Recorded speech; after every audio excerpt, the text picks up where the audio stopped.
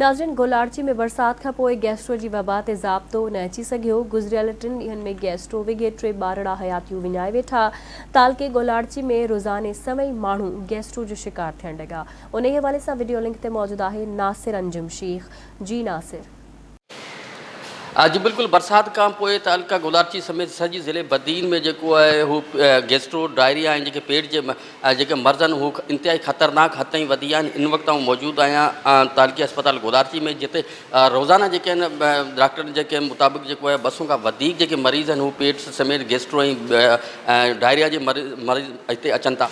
जेकॾहिं ॻाल्हि सॼे तालके जी कई वञे त इन में जेके तराई आहे, आमदराजो आहे, खोरवा आहे ऐं इन में जेको इन सभिनि में जेको आहे उहो गैस्ट्रो इंतिहाई ख़तरनाक हद ताईं वधी वियो आहे। ऐं ख़ासि तौर ते हीउ जेको मर्ज़ु आहे उहो ॿारहाड़ियुनि में इंतिहाई ख़तरनाक हद ताईं आहे। ऐं ॿारड़ा जेके आहिनि जेके 5 सालनि खां 10 सालनि जा जेके ॿार आहिनि उहे इन में जेको आहे वरितल आहिनि। ऐं अव्हांखे ॿुधाईंदो हलां त तालके गोलार्ची में रोज़ाना जेके आहिनि 1000 खां वधीक जेके केस आहिनि उहे रिपोर्ट थियनि था। ऐं सिर्फ़ु गोलार्ची शहर में जेके सरकारी ऐं ख़ानगी जेके अस्पतालूं आहिनि उन में रोज़ाना जेके आहिनि 500 खां वधीक जेके डायरिया जा मरीज़ आहिनि उहे हिते रिपोर्ट थियनि पिया। ऐं अव्हांखे ॿुधाईंदो हलां त इंतिहाई अफ़सोसनाक ॻाल्हि आहे त गुज़िरियल 3 ॾींहंनि जे दौरान सिर्फ़ु गोलार्ची तहलके में जेको आहे उहे 3 खां वधीक जेके ॿार आहिनि हू गैस्ट्रो वॻे फ़ौत थिया आहिनि। पर इंतिज़ामिया जेको अञा ताईं हिन सिलसिले में का बि जेको आहे उहो तारुफ़ न वरितो आहे। हिते न ई गैस्ट्रो जे लाइ जेको अलॻि को वार्ड क़ाइमु कया विया आहिनि, न ई हिते जेको आहे ख़ुसूसी तवजा ॾिनी पई वञे।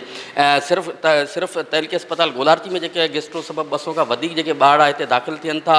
ऐं जेको गैस्ट्रो आहे उहो इंतिहाई ख़तरनाक हद ताईं वधी वियो आहे, तशवीशनाक आहे। ऐं ॿारहाड़ियुनि में जेको आहे उहो गैस्ट्रो जी सहूलियत न हुअण सबबि ॿारहाड़ी वारा माण्हू जेके आहिनि उहे शदीद परेशान आहिनि। ऐं हितां तालके गोलार्ची जेके अवाम आहे उन्हनि जो DHO बदीन समेत डिप्टी कमिश्नर बदीन खां मुतालबो आहे त फिलफोर जेको आहे हू गैस्ट्रो ते जेको आहे हू गैस्ट्रो ते ख़ासि तवजा ॾिनी वञे। ऐं हिते जेके आहिनि गैस्ट्रो जे लाइ अलॻि वार्ड क़ाइमु कया वञनि, जीअं हिते जे जेके माण्हू आहिनि उन्हनि जी ज़िंदगियूं बचाए सघजनि। जी।